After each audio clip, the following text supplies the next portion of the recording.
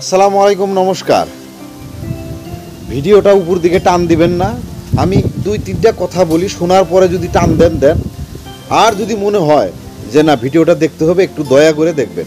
পৃথিবীর মধ্যে ছেলের কাছ থেকে যদি কিছু আশা করি, সেটা আমাদের দেশের জন্য, আমাদের জাতির জন্য এবং আমাদের অঞ্চলের জন্য যাতে কিছু করে ছেলেরা দেখাতে পারে, সেটাই কিন্তু বাবা মা চায়। এই দাদু কিন্তু অনেক খুশি হয়েছে যখন শুনছে যে নাতিটা ডক্টর হয়ে আসলো। তো আপনার নাতি ডক্টর হয়েছে, কেমন লাগতেছে? খুব ভালো লাগতেছে। খুব ভালো লাগতেছে না? তো ওকে আশীর্বাদ করবেন না? হ্যাঁ, 100 বার। তো ও যে ডক্টরি করবে, মানুষকে যাতে ভালোভাবে চিকিৎসা করে, এটা ওকে বলবেন না? হ্যাঁ, বলবো। সম্মানিত বন্ধুরা, চলুন এখন আমি সেই যে ডক্টরকে নিয়ে এতক্ষণ যাবৎ কিছু কথা বললাম, সেই ডক্টরের সাথে কিছু কথা বলি। তো চলুন।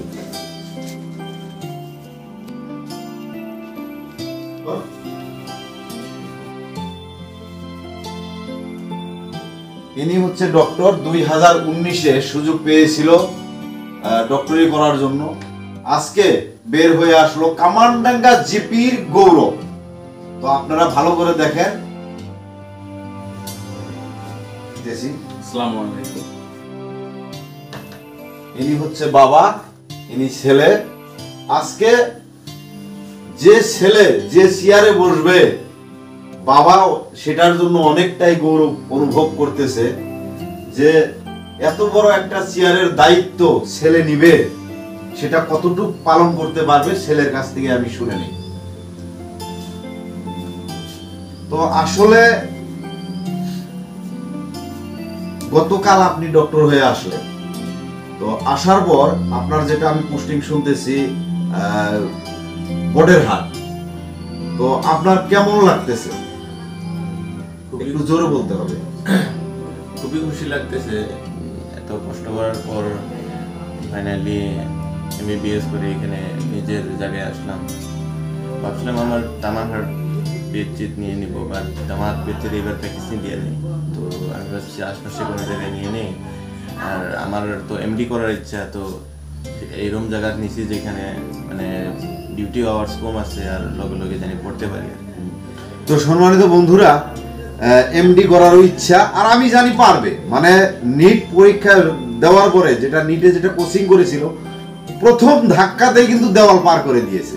তো যেটা বয়স তো অনুভব করতেছেন। উনি হচ্ছে বাবা, ইনি ছেলে। চাইছিলাম যে গরিব মানুষগুলোকে অনেক ডক্টর দেখা যায় অনেক এরকম পরিস্থিতি দাঁড় করাইয়া দেয় যে তাদের ছাগল গরু বিক্রি করার পরে তারপরে চিকিৎসা করতে হয়। তো আপনি কি ধরনের চিকিৎসা করবেন? নিশ্চয় এটা বহুত ডাক্তারে করে, যেমন বহুত ওষুধ লেখে, দেখলে দৌড়তো নাই, মানে সবই করে না। যেমন 10 জনের মধ্যে ধরেন 5 জন 6 জনে করে, বাট বহুত ভালো ডাক্তার আছে যারা ওরকম করে না, ইথিক্যাল প্র্যাকটিস করে, নিজের ইথিক্স রাখিয়া চলে। ওইটাই করতে হবে, দেখতে হবে মানুষের কন্ডিশন, ওই হিসাবে আপনার রেশনাল প্র্যাকটিস করতে লাগবে। যেমন যে মানুষটা যেটা কিনতে পারবো ওই ধরনেরই মেডিসিন দিতে লাগবে। ওই একটা ওষুধ যদি আপনার 10 টাকার ওষুধ দিয়ে যদি একটা বেমার ঠিক হয়, তাহলে 100 টাকার ওষুধ দিয়ে ঠিক করে এলে আপনাকে 10 টাকার ওষুধ দিয়ে আপনার ঠিক করতে লাগবে। ওটাই এথিক্যাল প্র্যাকটিস, ওটাই করতে লাগবে। আমি নিশ্চয়ই এই করার ট্রাই করি। আমি একটা ডক্টরের নাম শুনছিলাম, তো আমি নামটা হয়তো বলতেছি না।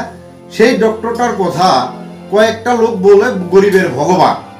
তো গরিবের ভগবান মানে আমি যখন ওখানে গেলাম, যাওয়ার পরে যখন দেখলাম উনি 400 টাকা ভিজিট নেয়, যে বাজার বর্তমান 1000 টাকা 1500 টাকা ভিজিট, আর সেই জায়গাতেই উনি দেখতাম 400 টাকা ভিজিট নেয়।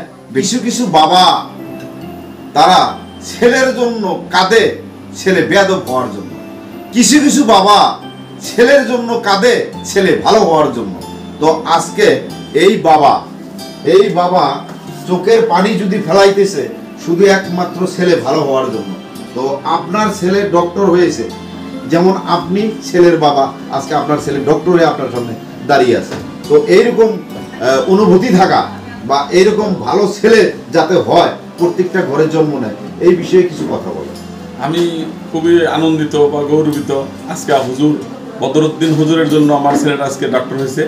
তো এই নেক্সট জেনারেশনে বহুত গার্জিয়ান বহুত চেষ্টা করতেছে যাতে এই ডক্টর দেখা বা অনুমতি নেওয়া আরও আমাদের নেক্সট জেনারেশনের ভাই ভাইস্তা তারা যাতে হইতে পারে এই আমি কামনা করি। আজকে আমরা যেটুকু কষ্ট করছি আমি আজকে ফল পাইছি, আমি আজকে খুশি আমার ছেলেটা মানুষের যাতে গরিব মানুষের পাশে দাঁড়াইতে পারে বিনে পয়সায়। আমাদের এই 35 ভিলেজের মানুষ যায় যাতে 2 টাকা লাগে না, এর জন্য আমি কামনা করি যে আমার ছেলে বিনে পয়সায় চিকিৎসা করব, গরিব মানুষের পাশে দাঁড়াবো, এটাই আমি কামনা করি। নেক্সট জেনারেশনের ছেলেপেলেরাও যাতে দেখা আরও 2-4 জন আমাদের গ্রামে হইতে পারে, এর জন্য আমি দোয়া রাখি। আপনি কত সনে মেট্রিক পাশ করেছিলেন?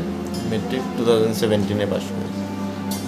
মেট্রিকটা কোথায় থেকে পাশ করেছিলেন? মেট্রিকে লয়লা স্কুল, আমার এখানে লয়লা স্কুল আছে, এখানে ইংলিশ মিডিয়াম স্কুল।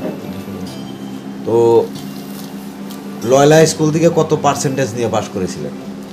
আমি 87% নিয়ে পাস করেছিলাম। আর তারপর কোথায় গিয়ে এডমিশন হয়েছে? তারপরে আজমল সুপার 40 হোজাই নিয়ে এডমিশন হয়েছিল। যাই হোক, সেখান থেকে আপনি নিটে কোচিং করেছিলেন? সেখান থেকে 11-12 করেছি। লগে পড়াইতো, আমাদেরকে কোচিংয়ের জন্য পড়াইতো। তো যাই হোক, সেখানে সুযোগ পাওয়ার পরে তারপর শিলচরে গিয়ে ই করলেন নাকি ট্রেনিং? তারপরে 19 MBBS পাইলাম, তো 19 MBBS করতে গেলাম, 4.5 বছর MBBS এর কোর্স করলাম, পরে 1 বছর ওইখানে ইন্টার্নশিপ করলাম। তারপরে এখন আমি 1 বছর রুরাল পোস্টিং, যেটা আমার বন্ড আছে, সাইন করা আছে, 1 বছর গাঁয়ে ডিউটি করতে লাগবে, ওইটা করতেছি এখন। তারপরে ইনশাল্লাহ আপনাদের যদি দোয়া থাকে এমডি করতে চাই। নতুন জেনারেশন তাদেরকে কিছু বলবা? সবাই ভালো, বাট সবাই মানে আমরা এই এলাকার এনভায়রনমেন্টটা এরকম যে এরকম মানে ভটকে যায় আর কি, যেটা আমরা ভাষায় বলে। তো বাবা মাকে অল্প দেখতে লাগবে বাচ্চা কি করছে কি করছে না, একটা লাইনে রাখতে লাগবে। আর আমার ভাইগুলোকে ভাবতে লাগবে যে আমি কি করতেছি, এই জামানায় এত কম্পিটিটিভ জামানা, ভালো করে না পড়লে কি করবে, ভবিষ্যতে কি করবে, এটাও ভাবতে লাগবে। ভাবিয়া নিজেদের বাপ মার কথাও ভাবতে লাগবে, এত কষ্ট করিয়া পড়াচ্ছে, এটা ভাবে নিজের মানে ভালো করিয়া পড়তে লাগবে, ভালোভাবে থাকতে লাগবে।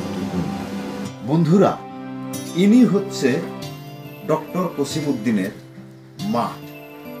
আজকে এই মা ছেলের জন্য অনেক গর্বিত, কেননা এই অঞ্চলের সবাই ইনাকে এখন থেকে আমি যতটুকু জানি ডক্টর কসিমউদ্দিনের মা বলবে। তো বন্ধুরা, আমি এই ডক্টর কসিমউদ্দিনের মাকে কিছু কথা জিজ্ঞাসা করি। আজকে আপনার ছেলে ডক্টর হয়ে আসছে, আসার পরে আপনার মনটা কেমন লাগতেছে? আমার খুব ভালো লাগতেছে, আমার আনন্দ লাগতেছে। আমার আশা আল্লাহ পুরা করছে। আপনি চাইছিলেন যে আপনার ছেলে ডক্টর হোক, আজকে হয়ে আসছে। আমি চাইছিলাম আমার ছেলে আল্লাহ মানুষ বানাই। তো সম্মানিত বন্ধুরা, একটা কথা মনে রাখবেন, কিছু কিছু কান্না আছে, সেই কান্নাগুলো অনেক বেদনার দুঃখের হয়। আবার কিছু কিছু কান্না আছে যে কান্নাগুলো অনেক হাসি খুশি আনন্দ। আজকে এই ডক্টরের মা কাঁদতেছে শুধু আনন্দ খুশির জন্য, খুশি হয়ে, কারণ কালকের থেকে লোক বলবে ডক্টর কসিমউদ্দিনের মা। তো এই ডক্টর কসিমউদ্দিনের মার মতো যদি আরো 10টা মা যাতে জন্ম নেয়, যাতে এই আসামের বুকে হয়,